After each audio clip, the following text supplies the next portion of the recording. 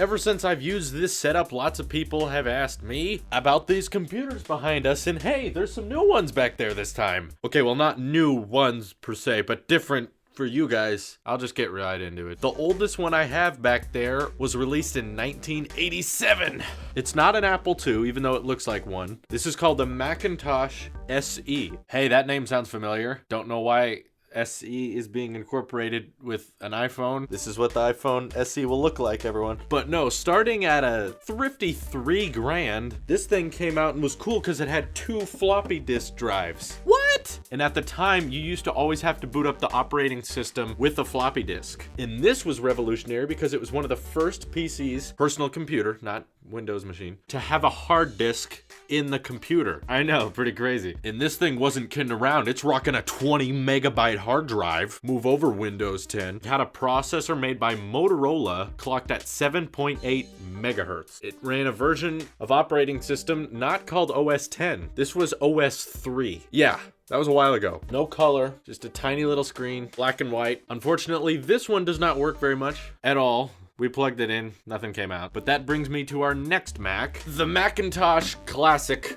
2. This was released in 1991, and it came in at a thrifty $2,000, and it started on OS 6. Yeah, so this thing wasn't kidding around either. Oh, and you thought that Macintosh SE was cool? Wait till you get a load of this guy. He's got 80 megabytes of hard disk space. Bring it, Windows. And 2 megabytes of RAM. What now? What now? The future is here. Not really, I know, it's fun to talk about. And its processor was clocked at 16 megahertz. So it was all about those specs with Apple, obviously. Now this particular one doesn't work, but my father is the one who owns all these, and I basically get his antiques and hand-me-downs because I'm an Apple sheep and I like to have collector's items. And he does have a version of this one that still works and is operational. He uses it in his classroom because he's a teacher, and it does what it was designed to do. That's pretty rare in a computer that old. Keep in mind, I was born in the year 1998. Yes, I'm 18. You can do the math. These things are older than I am. And that one at school still works. And they're heavy, so I'm gonna put it back now. There we go. And my next Mac was revolutionary at its time. The Macintosh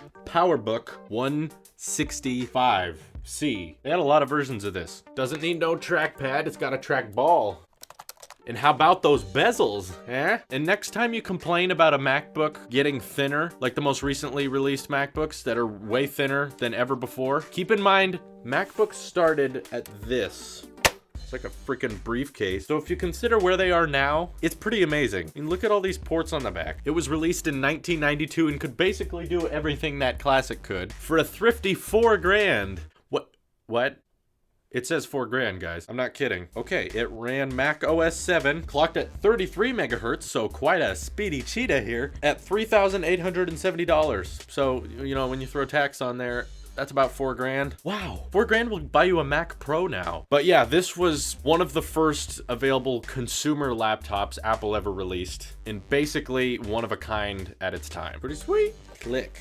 And oh, remember how I said that last guy was heavy? I'm about to be corrected by that tank. This is, oh gosh, okay. Hello.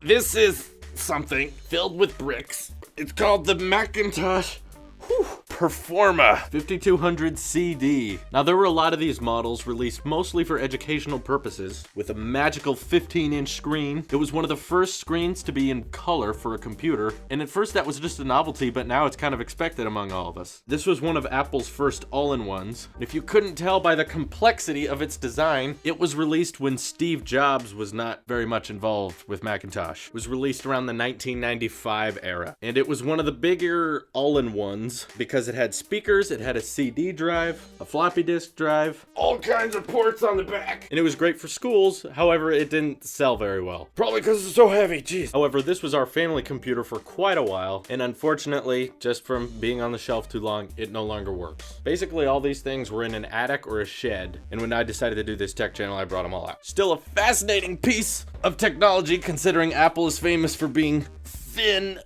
and lightweight. I'm gonna put it back now. This guy's specs wasn't bad either. Its processor was clocked around 75 megahertz, and its storage configuration was around 790 megabytes, or if you had a ton of money, you could get a gigabyte if you really wanted to treat yourself. Now, I don't have the original iMac here with me. However, at my father's school, we got tons of them. The reason I don't have them is because they're still working fine, and he needs them for class. They work great. They do what he needs them to. And they came out when I was born in 1998. I bet a bunch of you adults feel old now. So skip a couple generations of iMac, and we get to the iMac G5. This was really when Johnny Ive started to influence the design of the computer. No more beige boxes. This, for its time, was pretty dang thin. In this dock thing, unheard of. It's a very clever new design by Apple. It was one of the first Macs to ever have Intel processors, as well as a wireless mouse designed by Apple themselves. This is the 20-inch version with a beautiful display measuring in at 1680 by 1050. Yeah, kind of bizarre. With a processor at about 1.8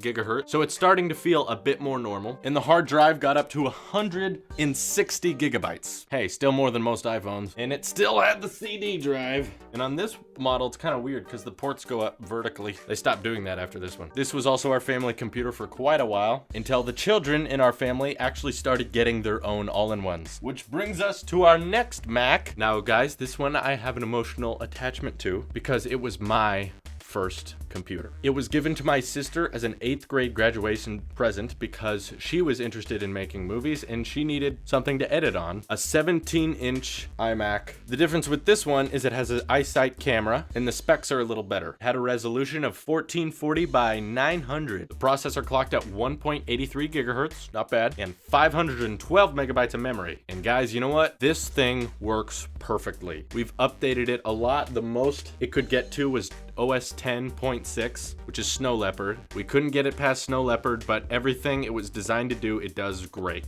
And it still has some of my earliest filmmaking files ever on here, but for now it's just used as decoration. And I hope it lasts forever, because it'll always be my first. I really need friends. Next Mac. I have 2 sisters, and my other sister also received a Mac when she graduated from the 8th grade to do schoolwork and also edit movies on, which she did sometimes. And this one looks the most like our current day iMac, the 2007 iMac. 20 inches, an aluminum casing. Now this bad boy had 2 gigahertz of Intel Core processing, an awesome resolution of 1680 by 1050. You could get around 250 gigs of hard disk space on it, and it was really a cool design when it came out. I actually remember when they released this style. I was excited. It looked amazing. And this one's actually kind of funny. The inside of it works, the computer part of it works. However, the monitor displaying part doesn't, and we've sent it to people. We've sent it to tons of tech fixer-upper people, and none of them got it to work. But if you plug in an external monitor, which you can, and have the display mirror, you can use it and it works fine. Now don't tell me where to fix it or how to fix it because we don't care. There's nothing that important on here. I never really used it, but since it's kind of dead, it makes a great decoration for this show. And from the front, it doesn't look too different from Apple's current day iMacs, even though it came out almost 10 years ago. Wow, that was fast. Better get a life soon. And of course, if you flash even further into the future, into 2012, you can see the Mac I currently use now.